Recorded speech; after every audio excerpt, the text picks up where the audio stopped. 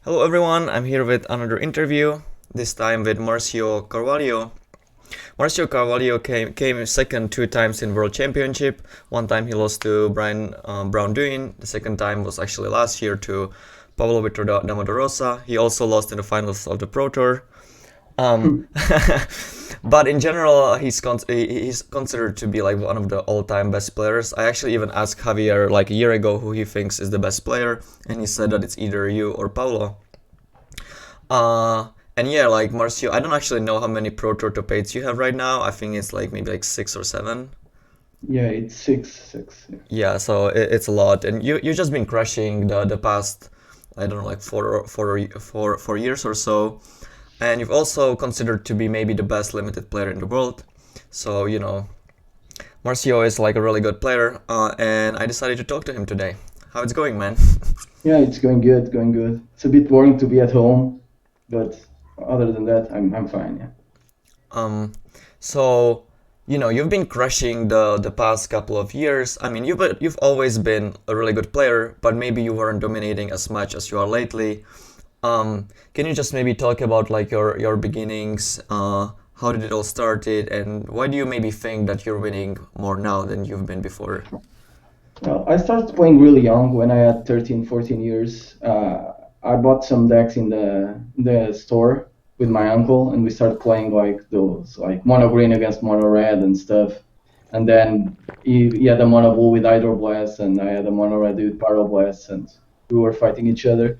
Then when I was like 15, I go to a big store, and I started to see how real competition were, and I really like competition when I was young, so I was really interested in it.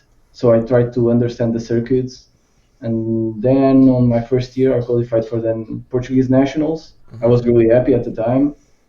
How It how didn't go old you were during that time? 15 at the Okay. time, I think 15, yeah, 15. And then it didn't go so well. I think I made day two. I don't remember anymore, but I remember it didn't go so well. And then I knew there was this thing. It was a Grand Prix in Portugal, and I was like that. Everyone was coming from all around the world, and I was interested in it, and I played it for well for fun at the moment. I had a slide deck that I played, so I was playing the deck for a long time already, but I wasn't expecting much. And then I top eighted the GP, and I was like, whoa. And then I end up losing in top four to a guy that you guys might know, Kai Bud. Okay, I but lost to yeah. him, and he was playing out of druids, and we just 1-1. But I was really excited because it was my, I think, second Grand Prix, if I remember correctly. And I was, whoa, and this is happening already. So from there, I just tried to take Magic a little further, and then I qualified for Worlds in 2005. It was my first Worlds in Yokohama. It was my first time in Japan, and I really remember that trip because Japan is so different from like all other countries I was, because the culture, everything, it's insane. I really love Japan, to be honest. Hmm. And I trained with some Portuguese guys and some Brazilians at the time from apprentice and stuff that's like archaic now. And then I made top eight of worlds. I passed on first on the standings, and I was like, maybe I'm really good at this game. And I end up losing in top eight to Akira Saare, Hmm. but it was insane. My first worlds, like my first major event out of the country, I just top eighted. I was like, whoa, this is amazing. And then I got hooked in the game, and I started playing more and more, and things kind of broke my way, I guess. Hmm. Well, I already asked that, but you haven't really replied. Uh, maybe that's not the case. Correct me if I'm wrong, but it seems to me that like last couple of years you're just like crushing everything, right? You're always on the top of the standings. You've top eighted a lot of pro tours. You even came second in Worlds 2 times. Like, do you think you improved a lot as a player, and maybe why was that, or maybe you're just like getting luckier, or like what do you think about that? Well, I think now we have way more information, and I test with way more people that are very good too. And Mm-hmm. back in the time, I just tested with the people I knew. They were good too, but they weren't they haven't the same drive as me because I wanted to be like the best or one of the best, and they just wanted to play the game maybe and qualify for the Pro Tours. And there's nothing wrong there, but when you start testing with players that share the same drive as you, things get better. And when I start testing with players like Willie Adel at the time and Bolovo and Carlos and Lucas, they had the same drive as me. And then I start testing with Javier, and Javier's like it's a monster in testing. It's just like test, test, test, and it improved a lot my games because, like you said, I was very good at limited, and limited I could test alone. I just jam my drafts on Magic Online and then talk a little, but I could theorize almost everything alone. And the other formats, standard, modern, I think it's pretty difficult to do everything alone and cover every basis. So having a lot of more people that knows their stuff helps a lot, and that showed in my results, I guess. That makes sense. So you already mentioned that maybe the reason why you were better at limited than constructed was that you can just basically figure out everything yourself. But besides that, why do you think that you're like? I mean, you're obviously a great constructed player as well, but most people would say that you excel mostly at limited. Some would even say that you're the best limited player in the world. Why do you think is that? Like, are you just playing more limited, or you just like understand the limited more? Like, can you just like talk about it a little bit? I think limited is a lot about game sense. It's you have less repetitions of the same decks. In standard, you play affinity against another deck, and you test like 200 matches. Mm-hmm. And the difference between a guy that tested 200 matches and me that tested 200 matches, it's gonna be maybe 2%, 3%. I don't Yeah. know. It's gonna be really close. Even if I think I play better than him, it won't matter that much at the end. In limited, they can't do that because every game it's different and you don't know what cards are you going to draft. You can control a little, but I think the play skill comes way better in limited than in constructed, where Mm-hmm. there's more combat phase, more creatures. You have to predict a lot of stuff. And I think it's more difficult to players than standard, in my opinion. And I loved limited for I don't know since I started playing, so I have a lot of experience. Plus, I think my game sense is very very good in this kind of situations. So maybe that's why Mm-hmm. I do better there. Um, One thing that I think it's kind of like strange about you is that you're like one of the best players. You're like winning all these tournaments, but you actually don't have that huge of a following on social media. You don't really post that much. You don't really stream as much as maybe like the other players. But you said that you want to become like one of the best. Is it just that you care about being the best and maybe not being the most famous, or like how is that with you? Yeah, I really don't care about being the most famous. I just want to try my best and just put the results, and I just want to be the best to myself. I don't need to like everyone say I'm the Mm-hmm. best. I just want to put myself in a spot that I thought I did all my best to achieve that, and if the scores come, the scores come. I don't need to go. I don't use social media that much. I just use it a little, but I'm not like always posting, yeah, I did this and I did that. This is not my kind of person, and when I'm not playing, I try to do all other stuffs that not involve magic because, or else, I know a lot of people get burned out of social media and they say that they're burned out of magic. So when I'm not playing magic, I always try to do other stuff so I don't feel Mm-hmm. that. What are some of the other stuff? I didn't want to ask about it, but since you said it yourself, can you maybe like say something about like your life besides magic, so that the people who I, don't know you get to know more? I like to play sports, so I like to play football with my friends, tennis. It's a thing I'm playing now with my friends, Mm-hmm. Are you good at and are you good at tennis? Because I actually played tennis for 5 years mm, myself. I'm still pretty weak at tennis. I'm better in table tennis. Mm-hmm. I used to play a lot table tennis back in the day, and I always try to challenge Magic players to table tennis. I know that you played against Salvato too. Mm-hmm. He plays really good. Yeah, I played against Ravier and too. Are you It's better than Luis Salvato at table? oh I didn't play against Luis, but I know that he's very good. We I should we was should playing. play sometime. I'm curious who's better. Luis, I know he's very good, so it's probably gonna be a good fight there. So other things I do, I like to go to the beach. I like to walk my dogs. So I just try to occupy my time with other stuff other than Magic, Mm-hmm. because I think a big problem with a lot of Magic players, like normal grinders or even at the top level, they just put too much emphasis on every score, every match, and sometimes it's not even your fault that you're losing. It's just the variance of the game, and if you're always thinking about it, you're just gonna hurt yourself more than do better. Mm-hmm. Um, do you like right now you're in a position where you're in the NPL, you top eight a bunch of tournaments and stuff. Do you still feel like the fire to win and to be the best, or is it like maybe going a little bit away as you're getting older? Like, do you still feel the same as maybe like 5 years ago or something? Do you still really want to win and prove everything, or how is it? I still want to win and prove everything, because when I feel that I don't need to when I don't have that fire, I'll just start disappearing from the game, I think, or just plain quit. I still want to be world champion, so Mm-hmm. it's let's see if it happens, and I still want to win a pro tour maybe when they come back, the real ones that these are real ones too, but I'm just saying the real card ones that you play when you travel. Mm-hmm.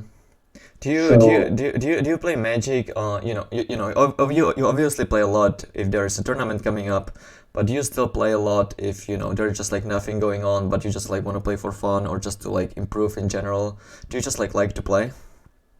I used to draft a lot when I didn't have anything to do. I just love drafting, so I used to draft with my friends. But I'm not the guy that when I don't have a lot of Magic tournaments, just play for fun. Mm-hmm. I rarely play for fun. I just do other things, Mm-hmm. like I told you. Just try to max out on other things when I don't have tournaments coming up. Okay.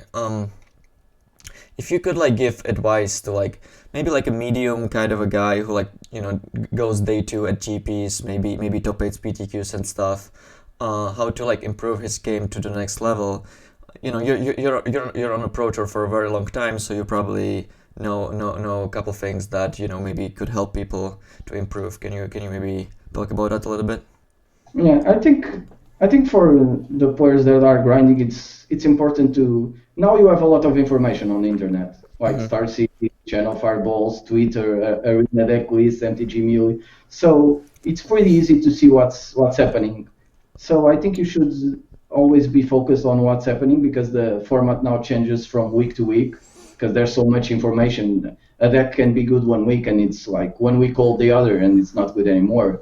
So you should be mindful of that. And I think having a group of players that you like and test, it's important. Doing things alone at this time, I think it's not good, Mm-hmm. and it's gonna deteriorate your win rate too. That makes sense. Um, Both me and you, I mean, you even more, grew up in an age where we basically just played with the real cards all the time, and all the Mm. tournaments were with real cards. I mean, we had Magic Online, but it was definitely nowhere close to where it is now. What do you think about that? Do you like to play with the real cards more? Do you also maybe think that you're better in the real life tournaments compared to maybe like the arena ones, or does it like not impact you at all? Like, what do you think about online versus real life? I think online has its advantages, but I'm like I told you, I played from a long time, and playing Mm-hmm. with real cards, I think it's different. The atmosphere, you being to travel with your friends, and sometimes it's difficult to like concentrate at home.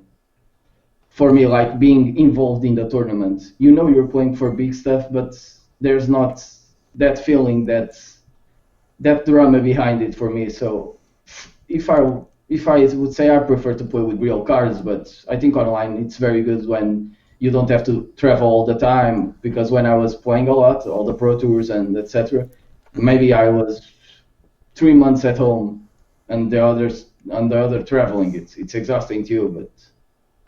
But I think Magic is a real card game, so I would prefer real cards. Yeah. Do you think there is like a big difference between the skill needed to succeed online and real life? Because for example, someone like Paulo, he doesn't really think about like the tells or whatever. He just makes his decisions based on the actual game actions, and he doesn't really care about how his opponent tapped his mana or whatever. Are you maybe like the kind of a player who maybe can bluff a little bit better, or you're like, do you think there is a difference? Does it impact you a lot? It impacts a little because at real life, I play a lot of the player that you say. Like against a guy like Paulo, I might play different than against a guy I don't know, Mm-hmm. or expect him to do some sort of play that you don't know, or the mana stuff that you like tap and untap. On Arena, you lose that stuff. You have to put all the stops, and I don't think it worsens the game. I just think it takes a layer of the game that you could gain some advantage that Mm-hmm. you have in real life, opposite to not having online. And I use that a lot on real life too, or try to use it and understand. So yeah, I guess it's a little it's a little better Mm-hmm. for me to be real life, but I Not don't a think it makes much difference. Okay. So my last question is going to be about the World Championship. You came second, you lost to Paulo, you played Jeskai Fires, and Paulo played Mm. Blue White Control. It was super close. I think he won just by one game. Yeah. What do you think about like that tournament, your deck choice? Was there anything that you could have done different in the finals to maybe win? What do you think about that tournament? Just like talk about it a little bit. I think that Worlds was the tournament that I tested more time. Mm-hmm. I tested with only Javier, and we tested for maybe 10, 12 hours between the last 2 weeks each day. And I was pretty happy with the Jeskai Fires. I was pretty happy with my drafts. And the tournament like aligned perfectly to me. I was like undefeated until top four. Then I was then I played Paulo on the upper bracket that I had won already on the Swiss. Then I lost to Paulo. Then I had to win against Seth. Then it was a good matchup, and in the end I won. And then on the finals I faced Paulo again, and I had to win 3 games, and he only had to win two. Mm-hmm. He started to win game one, so I was like, it's gonna be an uphill battle from here.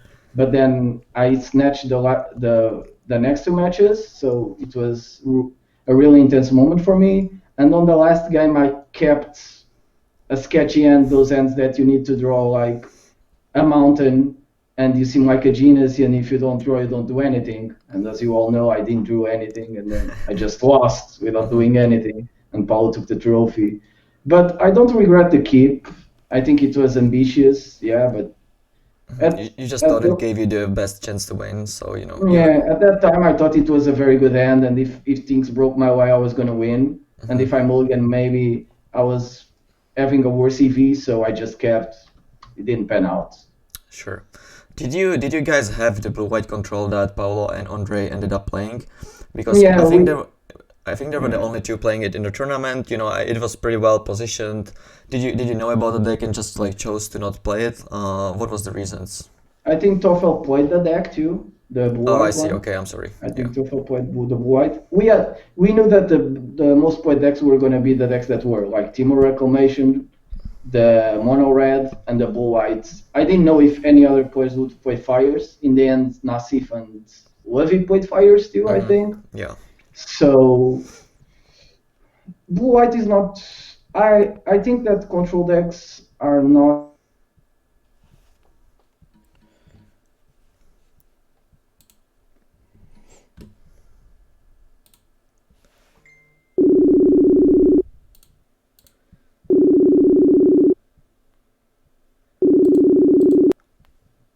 Well, this went down. I don't know why. Yeah, it's fine. You can just say you started talking about the control decks. Yeah, I really don't like control decks in these modern days because I think you really need to pinpoint the other decks because when you play like a proactive deck, you can be wrong about some stuff, but you still have your plan and you're proactive.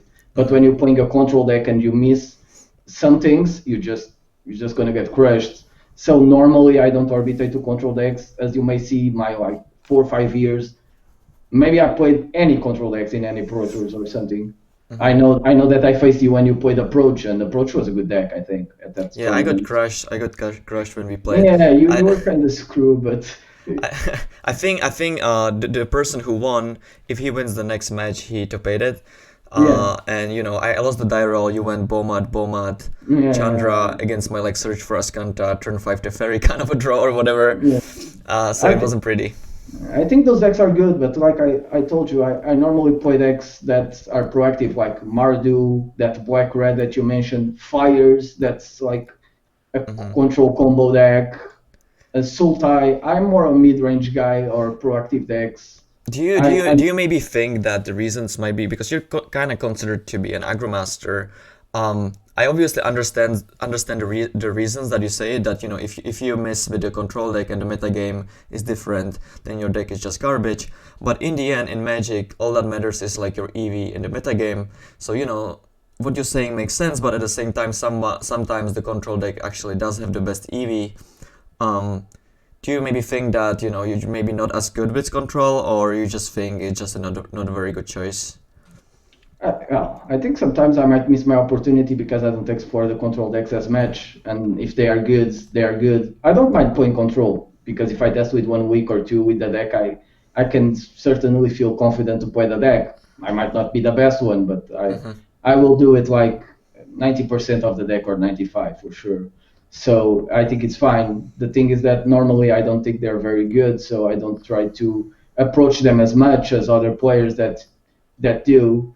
So it might be something that I have to get better at, to not discard the deck so fast, the Hmm. control decks, because like you said, sometimes they are the best EV, and as a Magic player, I don't think you have preferences. You just need to play Yeah. the deck you think it's best.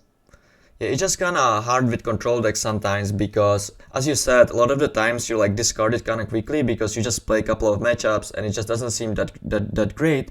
But maybe you know, you change like free removal spells for like free different removal spells, or you just like you know make a little bit different sideboard, and suddenly you go from 40% to like maybe 52, and the deck might end up being good. So it's like really hard to know with control decks how good they are because it's just like so contextual on the metagame and everything. So it's just really hard, yeah. Yeah, that's true. I feel that what you said, it's the thing. It's right when you play some matches with a suboptimal control deck and you think, yeah, this deck is garbage, and then you just reinvent the deck 5 or 6 cards, and then 40% seems like 55, and then the deck is good. Hmm. I think there's a lot of merit in that. Yeah. Okay.